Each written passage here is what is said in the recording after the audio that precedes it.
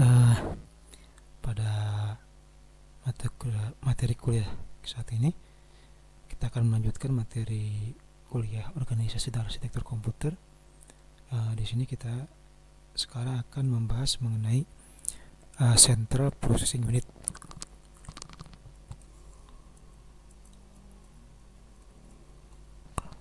Atau biasa dikenal dengan istilah CPU ya, Central Processing Unit atau CPU, seperti itu. Oke, kenapa kemudian kita harus belajar CPU? Sekali lagi ya, kita harus ingat mengenai konsep komputer yang sudah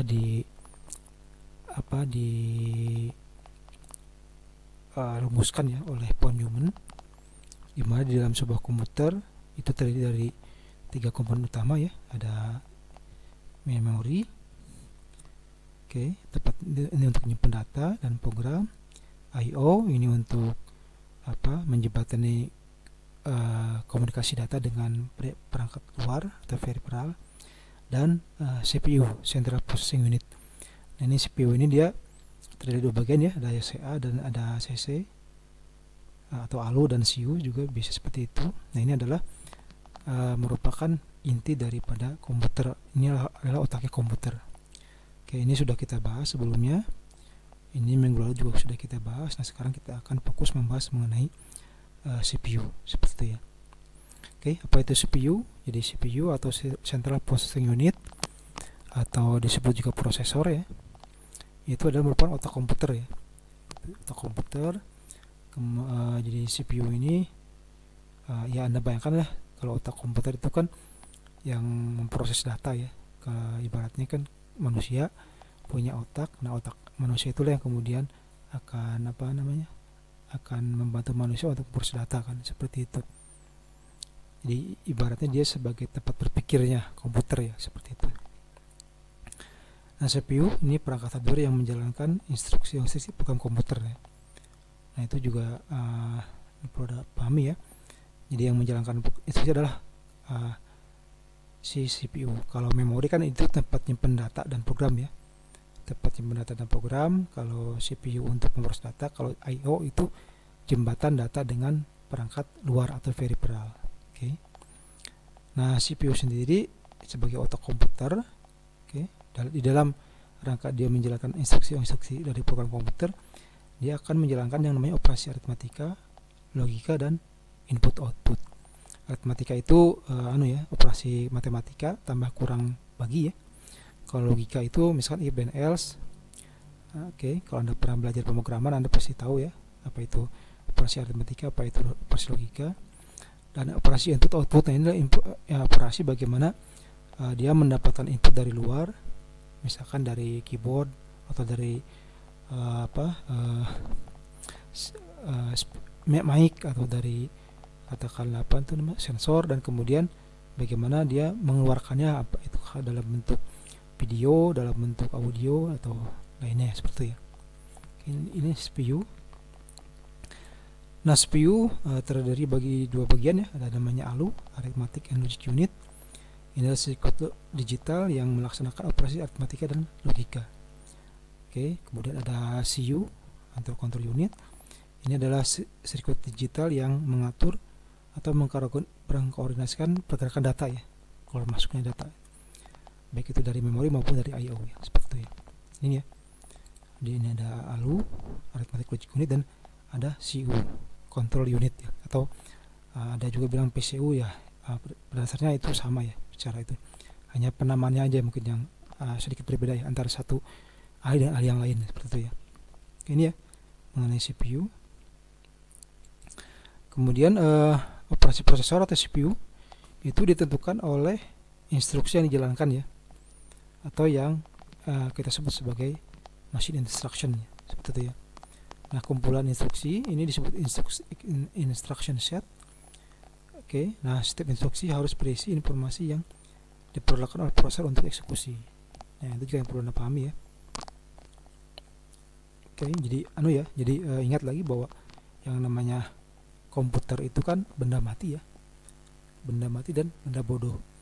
Tetapi kelebihannya komputer adalah dia bisa diperintah oleh manusia. Nah, perintahnya lewat apa? Lewat instruksi tadi ya. Jadi instruksi ini pada dasarnya perintah yang dikasihkan oleh manusia ke komputer dan dipahami oleh komputer, sehingga komputer bisa mengolah instruksi tadi ya, seperti itu ya. Oke. Nah, ini ya. Jadi setiap instruksi harus berisi informasi yang diperlukan oleh prosesor untuk eksekusi. Nah, karena itulah kemudian sebuah instruksi itu dia ada elemennya ya. Ya kan?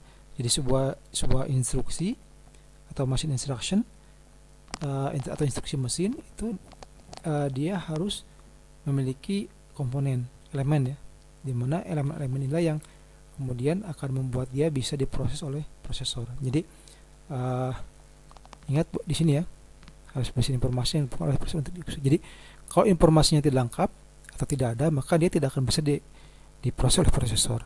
Nah, pertanyaan informasi apa saja yang harus ada di dalam instruksi ya. Nah, ini kurang lebih ada empat elemen ya. Ada 4 elemen daripada instruksi yang mana dan adanya 4 elemen inilah kemudian dia bisa diproses di dalam prosesor. Kalau tidak ada salah satunya atau semuanya, maka dia tidak akan bisa diproses oleh yang namanya prosesor. Nah, apa saja elemennya? Elemennya itu ada 4 ya. Pertama ada namanya operation code atau opcode. Ini menentukan operasi apa yang akan dilaksanakan. Apakah operasi penambahan, atau operasi pengurangan, atau operasi perkalian, atau operasi pembagian, atau operasi logika. Nah, itu opcode ya. Nah, itu jadi di dalam sebuah instruksi itu harus ada informasi mengenai opcode-nya apa. Oke, operasi apa yang dilaksanakan, seperti itu. Kemudian ada namanya source operand reference. Ini adalah referensi operan sumber ya. Sumber daripada referensi operan. Oke, kenapa? Jadi di dalam operasi bisa saja melibatkan satu atau lebih dari sumber operan ya, atau input ya. Jadi source operan ini adalah input. Oke, jadi ingat bahwa namanya pemrosesan data kan bisa melibatkan input. Makanya di dalam sebuah mesin instruksi, di dalam instruksi mesin ya yang masuk ke dalam prosesor itu harus ada informasi mengenai input apa yang diperlukan, seperti itu ya. Nah, kemudian sebuah proses juga biasa menghasilkan output. Oke, jadi operasi bisa melibatkan satu atau lebih hasil. Oleh karena itu kemudian di dalam sebuah instruksi harus ada yang namanya result operand reference atau referensi operasi result. Artinya outputnya apa gitu. Dan yang terakhir adalah next instruction reference, artinya referensi mengenai instruksi selanjutnya apa gitu kan. Jadi secara umum sebuah instruksi komputer itu harus punya 4 elemen ya. Pertama, operasi apa yang dilaksanakan, kemudian inputnya apa, outputnya apa, setelah itu kemudian selanjutnya operasi apa, instruksi mana yang harus dilaksanakan gitu kan. Oke, itu ya. Jadi elemen dari instruksi mesin elemen daripada sebuah instruksi komputer itu 4 ya. Pertama adalah operasi apa yang dilaksanakan, kemudian inputnya apa, outputnya apa, dan kemudian langkah selanjutnya apa, instruksi selanjutnya, seperti itu. Oke. Nah, kenapa elemen ini diperlukan? Nah, kita bisa lihat ya. Ini. Nah, ini adalah diagram siklus instruksi. Oke. Jadi kenapa elemen ini diperlukan? Karena elemen inilah yang nanti akan terlibat di dalam siklus instruksi. Oke, jadi di dalam sebuah instruksi ada namanya siklus. Di siklusnya itu dimulai dari sini ya. Ini namanya instruction address calculation. Artinya ini dia perhitungan mengenai alamat instruksi. Jadi di sini adalah sebuah proses untuk menentukan instruksi mana yang akan diproses. Ya, oke, dia cari alamatnya ya. Dia akan mencari alamat di dalam memori untuk mengetahui yang mana yang akan diproses. Kemudian setelah diketahui alamatnya, setelah dianalisis, kemudian diketahui alamatnya, kemudian ada namanya instruction fetch. Maka prosesor akan mengambil instruksi tadi dari memori. Oke, kemudian ada namanya instruction operation decoding. Nah, si prosesor kemudian akan mendekode, artinya dia akan menganalisis instruksi ini maunya apa gitu kan. Apakah dia instruksi berupa penambahan, pengurangan, atau pembagian, seperti itu. Kemudian ada namanya operand address calculation. Ini ada perhitungan mengenai alamat si operan input tadi ya. Si operan ini input dia akan menentukan inputnya apa. Jadi setelah diketahui prosesnya apa, kemudian dia menentukan inputnya apa. Seperti ya. Kemudian masuklah ke sini operan fetch, artinya dia ngambil operan. Setelah diketahui operannya apa, dia ambil operannya atau inputnya apa. Setelah itu, setelah diketahui prosesnya apa, operannya diambil, barulah kemudian operasi data ya. Apakah datanya itu ditambahkan, dikurangi, dibagi, atau diapa-apakan. Nah, itu ada di dalam proses ini. Nah, setelah operasi selesai, kemudian ada outputnya, masuk ke proses operan address calculation. Artinya perhitungan mengenai alamat operan. Kalau ini adalah operan input, kalau ini adalah operan output ya. Oke, ini sama judulnya, tetapi bedanya di sini adalah untuk mencari operan input, kalau di sini adalah untuk mencari alamat untuk menyimpan output.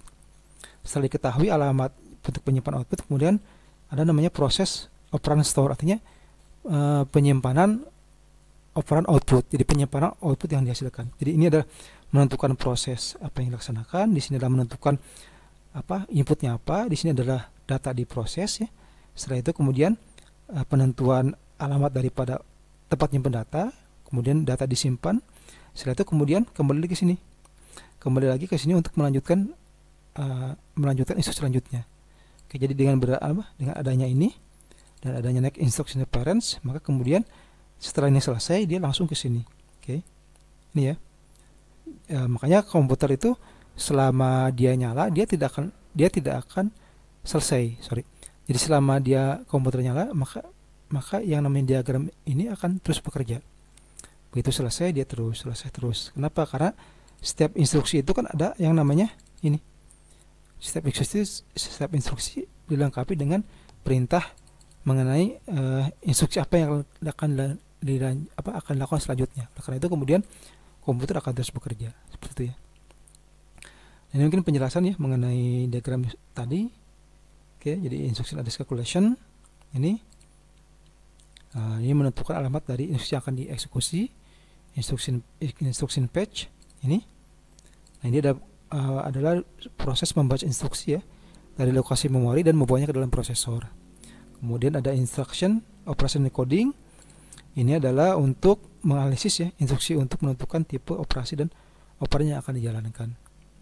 Ini operan address calculation. Ini adalah jika operasi melibatkan referensi dalam operan yang ada dalam memori I/O, maka dia akan menentukan alamat operan. Operan fetch ini mengambil operan ya. Di sini operan adalah operan input. Oke, operan fetch mengambil operan dari memori atau I/O.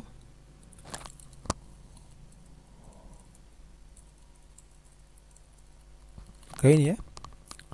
Kemudian operasi. Nah, setelah itu kemudian tulis operan output ya.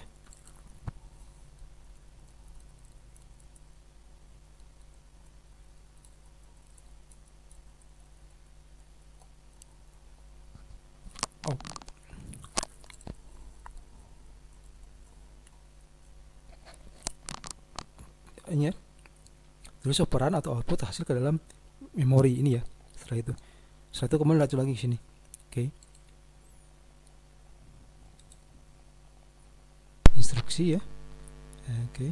Bagaimana sebuah prosesor itu pada prinsipnya adalah perangkat untuk menjalankan instruksi ya. Itu yang paling utama ya. Jadi sebagai sebuah otak komputer, prosesor itu dia fungsi utamanya adalah untuk menjalankan instruksi. Oke, tadi sudah kita bahas juga mengenai ini ya. Siklus instruksi seperti apa. Nah, sekarang kita akan masuk ke materi format instruksi. Oke, seperti apa sih format daripada instruksi yang masuk dalam komputer seperti ya. Nah, ini adalah gambaran mengenai format instruksi ya. Jadi format instruksi ini adalah contoh format instruksi. Di sini adalah format instruksi dalam bentuk 16 bit ya. Format instruksi sendiri sebenarnya kan tergantung masing-masing komputer ya. Tergantung masing-masing komputer. Tapi yang umum ini untuk artinya yang biasa kita gunakan untuk komputer IBM PC ya, itu biasanya 16 bit. Jadi di dalam 16 bit ini ada opcode, operation code, kemudian operand reference, dan kemudian juga ada operan reference ya, seperti ini. Jadi opcode, operation code, kemudian input output, kurang lebih seperti itu ya. Jadi ini ya, jadi tiap instruksi dipresentasikan dalam bentuk bits ya, berarti 01010101 seperti itu. Nah, adapun opcode direpresentasikan dengan singkatan ya, atau mnemonics. Contoh misalkan operation code add itu tertambah. Jadi sebenarnya add ini dia ada ada padanannya dalam bentuk ini ya, ada padanannya dalam bentuk bit 0101. Nanti saya coba saya coba tunjukkan ya. Saya coba tunjukkan apa istilahnya bit daripada add seperti apa. Kemudian sub, ini subtract atau pengurangan, mul multiply perkalian, divide pembagian, load itu artinya load data from memory, store artinya store data to memory ya, seperti itu ya. Contoh misalkan add ry artinya tambahkan data yang ada dalam lokasi r ke dalam data yang ada di dalam lokasi y. Oke. Nah, pertanyaannya kenapa kemudian kita menggunakan mnemonic nih ya? Kita menggunakan ini. Ya karena pada dasarnya manusia itu kesulitan ya untuk mengingat bits ya. Anda bayangkan misalnya 0001, 011110, 010101, 0001 misalkan seperti itu ya. Itu akan sangat akan sangat menyulitkan bagi manusia kan, seperti itu. Karena itu kemudian bit-bit tadi si opcode ini ya, bit opcode ini kemudian dibentuk dalam bentuk mnemonic seperti supaya memudahkan kita untuk mengingat seperti ya.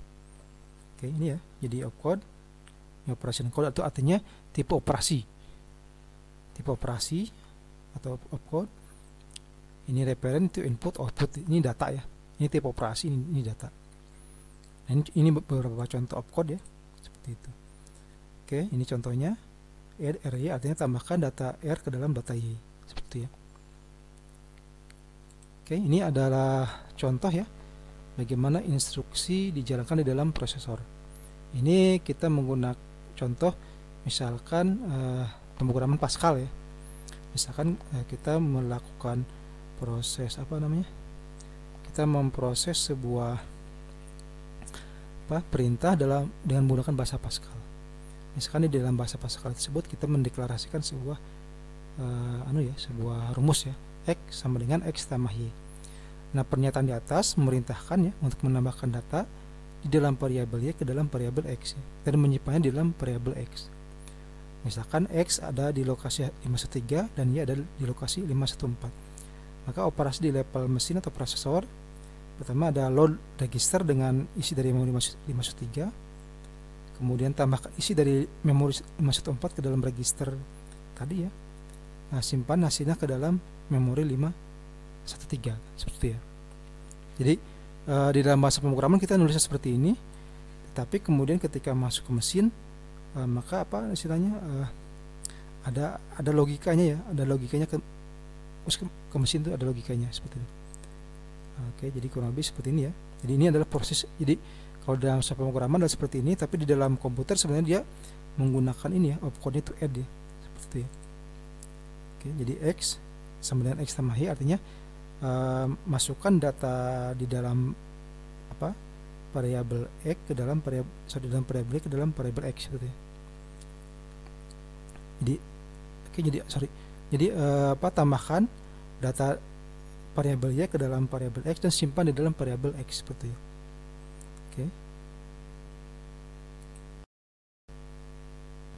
Oke, instruksi di dalam prosesor itu bisa bermacam-macam ya.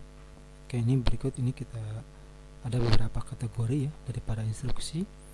Tipe-tipe instruksi yang pertama ada instruksi dalam rangka untuk data processing ya. Ini arithmetic and logic instruction. Kemudian ada data storage. Ini berisi instruksi untuk perpindahan data ya ke dalam atau keluar register atau lokasi memori. Kemudian data movement, ini untuk instruksi yang terkait dengan I/O, bagaimana memindahkan data misalkan dari flash disk ke dalam komputer, atau memindahkan bagaimana misalkan memindahkan data dari keyboard ke dalam prosesor, atau memindahkan data dari prosesor ke dalam sound card sehingga bisa didengar di dalam speaker ya, seperti ya. Nah, ada juga nanti tipe untuk kontrol, misalkan untuk pengujian dan instruksi ya. Misalkan untuk pengujian instruksi atau branch itu artinya untuk mencabangkan instruksi ya, seperti itu. Nanti kita akan lihat ya beberapa rincian daripada ini tipe-tipe instruksi tadi ya. Nah, ada operan. Operan itu artinya operan itu data yang diproses dalam komputer. Jadi kan ada operasi, ada operan. Kalau operasi itu adalah kalau operasi itu kan yang akan dilakukan, misalkan menambahkan, mengurangi, membagi, nah itu operasi. Nah, ada operan. Kalau operan adalah data yang akan dioperasikan tadi, seperti itu ya, baik itu berupa input maupun output ya. Jadi operan itu bisa berupa input. Jadi kalau input adalah data awal yang akan diproses, kalau output adalah data hasil daripada pemrosesan data input. Oke. Nah, operan itu ada macam-macam ya, ada berupa address ya, artinya ini address memori ya, seperti itu. Ada berupa number, bisa dalam bentuk integer atau binary fixed point ya. Ada bisa floating point, artinya floating itu artinya kan angka yang ada di belakang koma lah, itu namanya floating point ya, seperti itu. Ada desimal juga sama. Kemudian karakter ya, karakter itu misalkan huruf ya, huruf, tulisan itu karakter, seperti itu. Nah, karakter dan number itu bisa bisa dikombinasikan sehingga bisa menjadi bentuk lain ya. Contoh misalkan gambar itu kalau kita lihat pada dasarnya dia adalah karakter dan perpaduan antara karakter dengan yang namanya number ya. Jadi number dan karakter dipadukan jadilah kemudian gambar. Contoh seperti itu ya.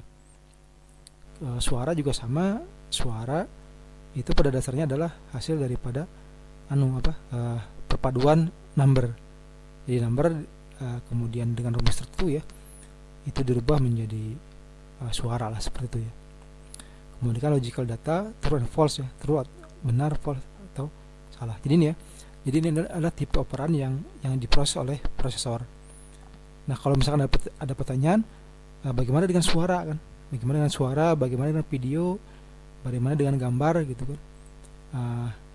Nah, kalau yang namanya suara, video, gambar atau bentuk lainnya itu pada dasar ini ya, dia ada pada dasar kombinasi antara number maupun karakter. Ya, tentunya ada rumus tersendiri ya, sehingga kemudian dari rumusan number karakter itu kemudian bisa menjadi musik, bisa menjadi video. Itu ada ada rumusan tersendiri. Tapi intinya yang diproses di prosesor adalah ini ya, address, number, karakter, dan logical data, seperti ya. Oke, nah ini adalah tipe operasi tadi yang sudah kita bahas ya. Tipe operasi misalnya untuk data transfer tadi kita bahas ya, untuk data movement atau data transfer. Jadi kalau untuk data movement atau data transfer, maka ini ya, operasinya adalah ini, opcode-nya adalah ini, move atau transfer. Ini adalah mentransfer word atau block dari sumber ke tujuan. Store yang ini untuk transfer word itu data ya, dari prosesor ke memori. Kalau load atau fetch ini transfer word from memory ke prosesor. Kalau enchain ini swap ya, swap itu artinya apa? Swap itu berbagi ya, berbagi ya antara dua ini, memindahkan ya, exchange itu memindahkan antara sumber dan tujuan. Clear artinya transfer word of null to destination, artinya mengirimkan data kosong ke dalam destinasi. Kalau set ini artinya transfer satu data ke dalam destinasi. Kalau push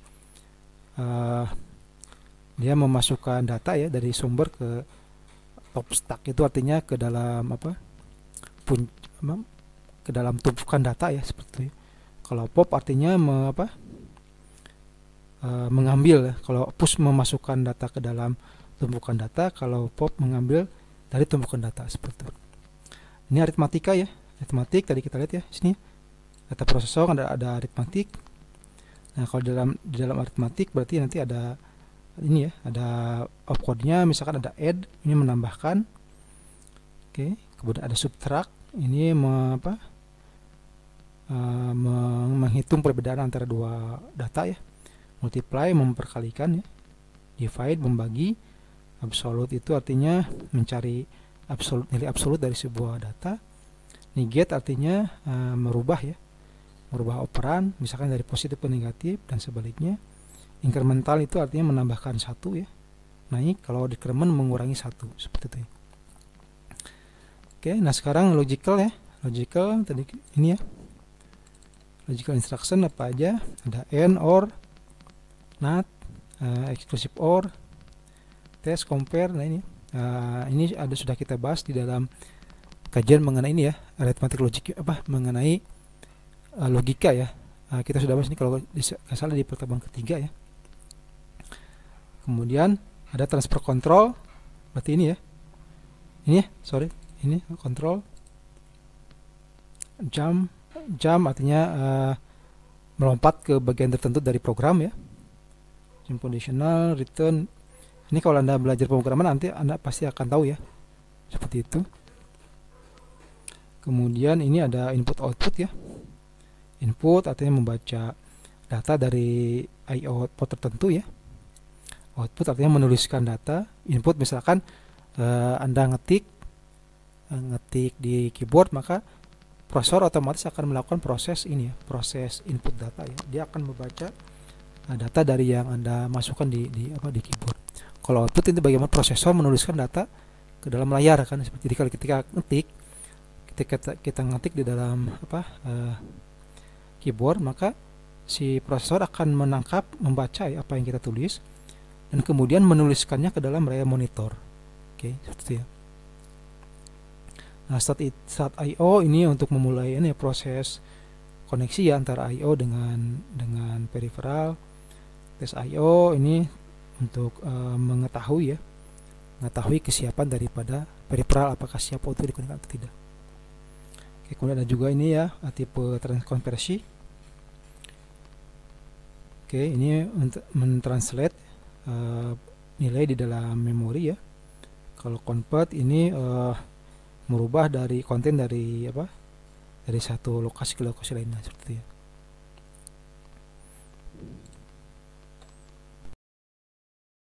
Masuk ke materi mengenai ini ya, aksi prosesor untuk setiap operasi.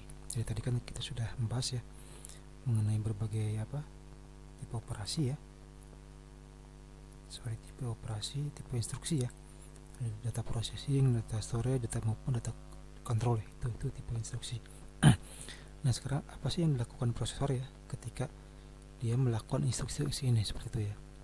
Oke, nah ini mungkin sedikit penjelasan ya mengenai aksi prosesor atau apa yang dilakukan oleh prosesor ketika dia melakukan operasi.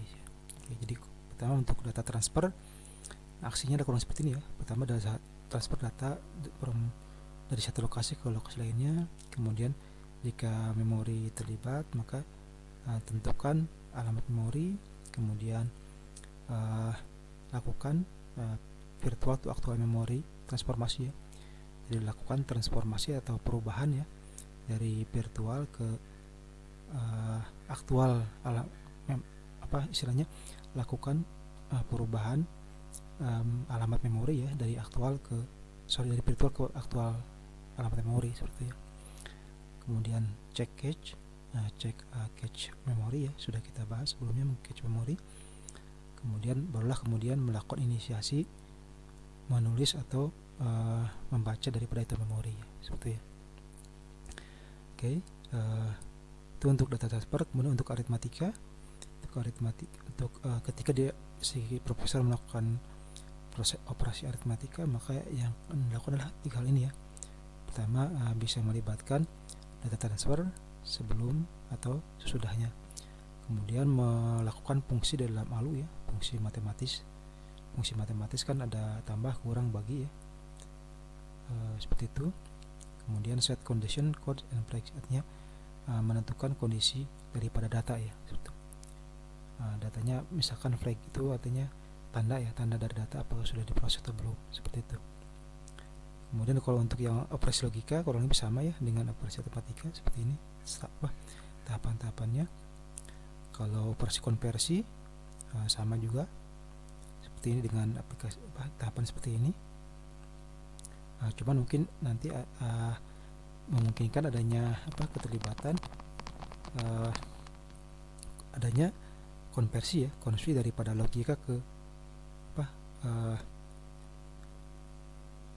memungkinkan kalau dalam konversi mungkin adanya logika khusus ya untuk melakukan konversi seperti itu ya. Jadi secara tahapan sama dengan ini, tapi di sini mungkin ada fungsi khusus untuk melakukan konversi seperti itu. Untuk transfer control